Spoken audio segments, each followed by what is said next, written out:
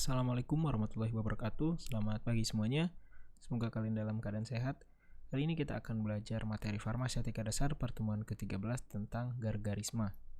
Mungkin kuliah ini tidak akan terlalu lama ya, akan singkat saja karena memang pembahasannya tidak terlalu panjang tentang obat kumur ini. Gargarisma menurut FD3 merupakan sediaan berupa larutan umumnya dalam pakat yang harus diencerkan dahulu sebelum digunakan. Dimaksudkan untuk digunakan sebagai pencegahan atau pengobatan infeksi tenggorokan. Menurut Becker, obat kumur adalah larutan yang biasanya mengandung bahan penyegar nafas, astringen, demulsen, atau surfaktan atau antibakteri untuk menyegarkan dan pembersihan saluran pernafasan yang pemakaiannya dengan cara berkumur. Syarat yang harus dipenuhi untuk obat kumur ya. Yang pertama, membasmi kuman yang menyebabkan gangguan kesehatan gigi dan mulut. Yang kedua, tidak menyebabkan iritasi, jelas ya, tidak boleh sediaan zat kita itu justru mengiritasi rongga mulut. Kemudian yang ketiga, tidak mengubah indera perasa. Keempat, tidak mengganggu keseimbangan flora mulut. Nah, mulut kita itu sudah punya bakteri yang berkolonisasi sebenarnya, tapi itu flora normal. Fungsinya apa? Untuk membantu sintesis protein, mencegah kolonisasi dari bakteri lain, ya, bakteri patogen dan sebagainya, dan biasanya juga untuk membantu meningkatkan sistem imun kita. Nah, ini tidak boleh diganggu keseimbangannya oleh obat kumur. Kemudian yang kelima, tidak meningkatkan resistensi mikroba. Jelas ya, obat kumur nggak boleh pakai antibiotik, jadi sehingga obat kumur biasanya pakai antiseptik saja. Kemudian yang keenam, tidak menimbulkan noda pada gigi. Ya, obat kumur yang berwarna biru tidak boleh setelah obat berkumur gigi kita menjadi biru misalnya. Itu tidak boleh. Kemudian indikasi ada sebagai kosmetik ya, untuk membersihkan, menyegarkan dan atau menghilangkan bau mulut. Kemudian sebagai agen terapeutik. Ini sebagai agen terapeutik sebagai perawatan penyakit mukosa atau gingiva atau gusi, pencegahan karies gigi atau infeksi saluran pernafasan. Klasifikasi berdasarkan penggunaan, ada yang throat pain untuk obat tenggorokan, ada yang mouthwash ya atau gargarisma atau gargal, ini sebagai pencuci mulut. Kalau throat pain berarti untuk di tenggorokan, ini contohnya adalah pada kasus amandel ya. Throat pains. Throat pain merupakan larutan atau dispersi dari satu atau lebih zat aktif yang ditujukan untuk penggunaan mukosa pada tenggorokan. Throat pains itu biasanya viskos dikarenakan tingginya konsentrasi dari gliserin sehingga menyebabkan sticky atau sedikit berminyak. Agar apa? Agar menempel pada tempat agar menempel pada affected site ya atau tempat efeknya ya, side effect. Kemudian untuk memperpanjang aksi dari obatnya, jadi efeknya menjadi lebih panjang obat tersebut. Contohnya adalah yang mengandung iodin ya atau mandel pain kita. Digunakan untuk faringitis atau tonsilitis. Iodin throat pain itu didesain untuk membunuh bakteri. Ini bisa digunakan pada sariawan pada tenggorokan atau ulcer atau luka pada tenggorokan agar mengalami perbaikan. Kemudian ada crystal violet pain, ini digunakan untuk thrush. Thrush ini adalah infeksi akibat jamur di tenggorokan, biasanya Candida albicans dan sebagainya. Cara pembuatannya untuk mandel throat pain formulanya adalah potasium iodid, iodin, alkohol, water, peppermint oil, dan glycerol. Metode pembuatan, potasium iodid itu dilarutkan di air, kemudian iodin ditambahkan di konsentrat potasium iodid tadi. Jadi iodin ini ditambahkan di potasium iodid yang dilarutkan tadi untuk membentuk Ki3. Kenapa? Karena iodin ini nggak larut di air, jadi harus dibentuk Ki3. Kemudian peppermint oil dilarutkan di alkohol, kemudian larutan tadi ditambahkan ke larutan nomor 2. Kemudian dicukupkan volumenya dengan gliserin sampai 1000 ml ya atau 1 liter. Jadi banyak sekali gliserinnya kan. Fungsinya sebagai antiseptik ya, digunakan untuk tonsilitis atau faringitis. Fungsi dari masing-masing zatnya tadi, potasium iodid itu untuk membuat iodin larut air tadi ya. Kemudian iodin ini sebagai antiseptik. Ini dapat berpenetrasi ke dalam pori dan memiliki efek germisidal atau efek membunuh kuman. Untuk mengobati abrasi kecil ya dan luka pada kulit. Kemudian alkohol sebagai preservatif, air sebagai pelarut, peppermint oil sebagai flavoring agent atau perasa, dan glycerin ini sebagai vehicle, viscose, sticky, adhere to affected site and prolong effect of medicament. Ini yang tadi ya fungsinya untuk menempelkan zat aktif pada tempat aksinya dan memperpanjang efeknya. Cara penggunaan, nah ini harus kalian pahami ya cara menggunakan throat pain. Digunakan dengan bantuan soft brush ya, atau sikat yang halus, atau cotton swab, cotton bud yang paling sering kita gunakan ya. Air dan makanan ya, minuman dan makanan itu harus dihindari paling tidak 1 jam sebelum maupun sesudah penggunaan. Kenapa? Karena nanti kalau sebelum penggunaan ya, nanti dia akan bercampur. Kalau sesudah penggunaan nanti akan terbawa ke dalam saluran pencernaan obatnya kalau kita menggunakan misalnya hanya 5 menit dari penggunaan obat. Labeling untuk aplikasi lokal ya, untuk efek lokal, disimpan di tempat yang dingin, kocok sebelum digunakan, dan tidak boleh ditelan ya dalam jumlah yang banyak. Kalau ketelan sedikit boleh lah ya, namanya nggak sengaja. Tapi kalau sengaja ditelan itu nggak boleh. Makanya ini biasanya obat bebas terbatas. Masih ingat bebas terbatas nomor berapa? Ya, P nomor 2 ya. Obat kumur tidak untuk ditelan. Kemudian jangan lupa tanggal kita membuat maupun tanggal expire.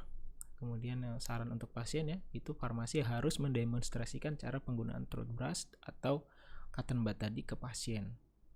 Jadi cara menggunakannya itu diambil ya, cotton budnya saja, kemudian dicocol, istilahnya dicocol itu dicocol lah ya, lebih mudah, kalian lebih mudah mengerti. Kemudian dicocol di obatnya dan dicocol di tenggorokan gitu ya. Gak boleh lebih dari 1 kali penggunaan tapi cotton budnya. Habis cocol tenggorokan, cocol lagi ke situ, itu nggak boleh. Jadi udah selesai itu buang. Kalau mau tambah lagi, diambil cotton bud baru, dicocol lagi gitu ya. Kita masuk ke mouthwash sekarang. Mouthwash merupakan cairan yang mengandung bahan aktif digunakan untuk membersihkan rongga mulut dan mengobati membran mukosa pada mulut. Jadi dia batasannya mouth ya, yaitu mulut. Tipe mouthwash itu adalah fluoride mouthwash, mengandung sodium fluoride, digunakan untuk menguatkan gigi dan mencegah gigi berlubang. Kemudian ada cosmetic mouthwash, ini hanya untuk memperbaiki aroma dan bau mulut ya, biar nafasnya lebih segar saja. Kemudian ada antiseptic mouthwash, ini biasanya mengandung chlorhexidine. Ya, biasa iodin juga. Nah, jadi bukan menggunakan antibiotik ya, tapi antiseptik. Gluconat yang merupakan antibakteri. Kemudian natural mouthwash, ini bebas alkohol dan tidak mengandung fluoride. Ini digunakan untuk mengobati infeksi pada mulut, biasanya dengan ekstrak-ekstrak. Ya kalau kalian lihat ada ya obat kumur yang mengandung ekstrak ini, ekstrak dan sebagainya. Itu untuk mencegah penggunaan chlorhexidine biasanya ya, dan mencegah penggunaan fluoride. Keuntungan menggunakan pencuci mulut: meningkatkan kesehatan mulut yang pasti, mencegah pertumbuhan plak pada gigi. Fluoride dapat mencegah gigi berlubang ya, mencegah mulut kering juga. Kerugiannya, beberapa pencuci mulut mengandung lebih dari 18-26% alkohol. Jadi kalau udah kandungannya sebesar ini alkohol itu, ini bisa menimbulkan rasa terbakar pada pipi, gigi, dan gusi ya. Sehingga biasanya dibatasi hanya 30 detik ya. Yang lebih, kenapa kalau lebih makin terasa terbakarnya. Cara pembuatannya, pertama dia mengandung flavoring ya, seperti eukaliptol atau mentol, ini sebagai flavoring perasa. Kemudian ada preservatif, sodium benzoat, ini sebagai pengawet. Kemudian ada vehicle, air, ada pemanis, sodium sakarin dan sucralose. Kemudian ada pewarna, biasanya antiseptic agent, contohnya ada fluoride ya, bisa juga chlorhexidine. Dan deterjen ini fungsinya untuk membersihkan mulut tadi. Cara menggunakannya, sebelum menggunakan mouthwash ya, kita harus mensikat gigi dulu. Jadi sikat gigi, bersihin dulu gigi, baru kita menggunakan mouthwash. Kemudian sebelumnya kita takar dulu mouthwashnya berapa mili yang mau dipakai, jangan terlalu banyak ya, jangan ditenggak ya, karena nanti jumlahnya terlalu banyak. Makanya kalau misalnya ya Listerine itu kan kita mentakarnya dengan tutupnya. Kemudian dilarutkan sebelum digunakan. Nah ini contohnya adalah albotil. Kalau albotil dia harus dilarutkan dulu ya, atau diencerkan. Tapi kalau yang sudah siap pakai itu tidak perlu diencerkan. Kemudian disarankan 30 detik ya proses pembersihannya ya, berkumurnya 30 detik. Jangan lebih ya, kalau lebih terasa terbakar, jangan kurang. Kalau kurang takutnya belum bersih.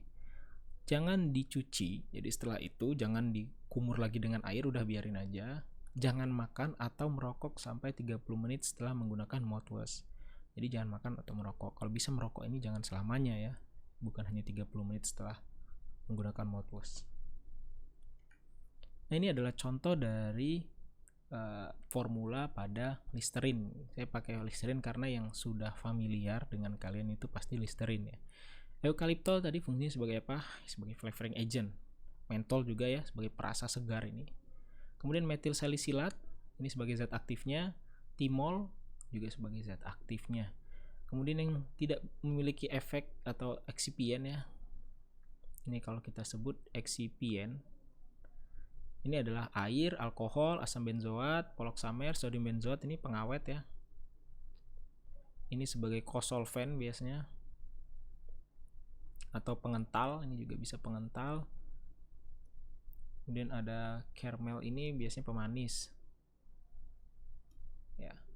Kemudian ini contoh yang lain ya, ada timol, eukaliptol sama ya, sebagai pemberi rasa segar, perasa, metil salisilat, mentol dan sebagainya. Metil salisilat sebagai antibakteri ya, sebagai antiseptiknya. Kemudian ada air, alkohol, sorbitol, flavoring, poloksamer sama asam benzoat, sodium sakarin, sodium benzoat dan FDC green. Oh ini pewarna.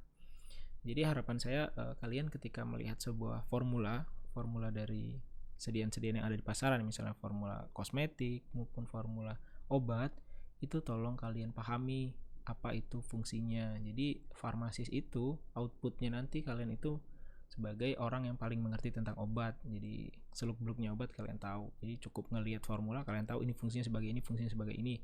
Dan ketika misalnya dia mengandung laktosa tabletnya, berarti untuk pasien-pasien diabetes itu kalau bisa dihindari ya menggunakan pengikat atau pengisi laktosa. Nah itu nanti outputnya seperti itu harapannya kalian belajar di farmasis itu.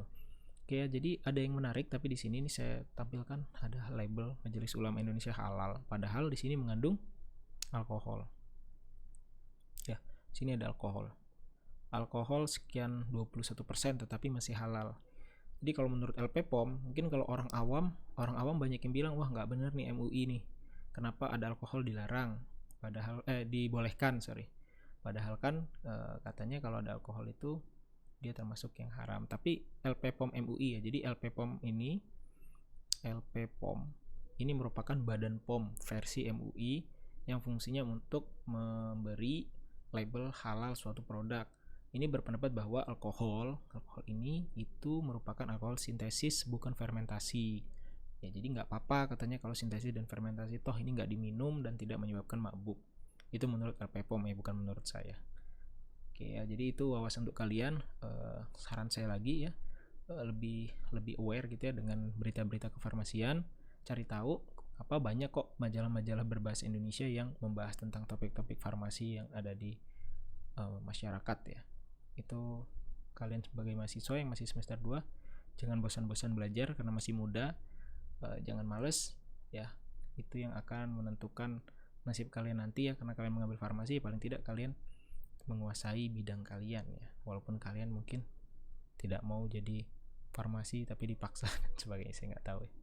Tapi saran saya seperti itu, jangan malas ya, jangan malas untuk membaca. Oke ya, sekian dari saya untuk kuliah hari ini. Saya akhiri. Wassalamualaikum warahmatullahi wabarakatuh.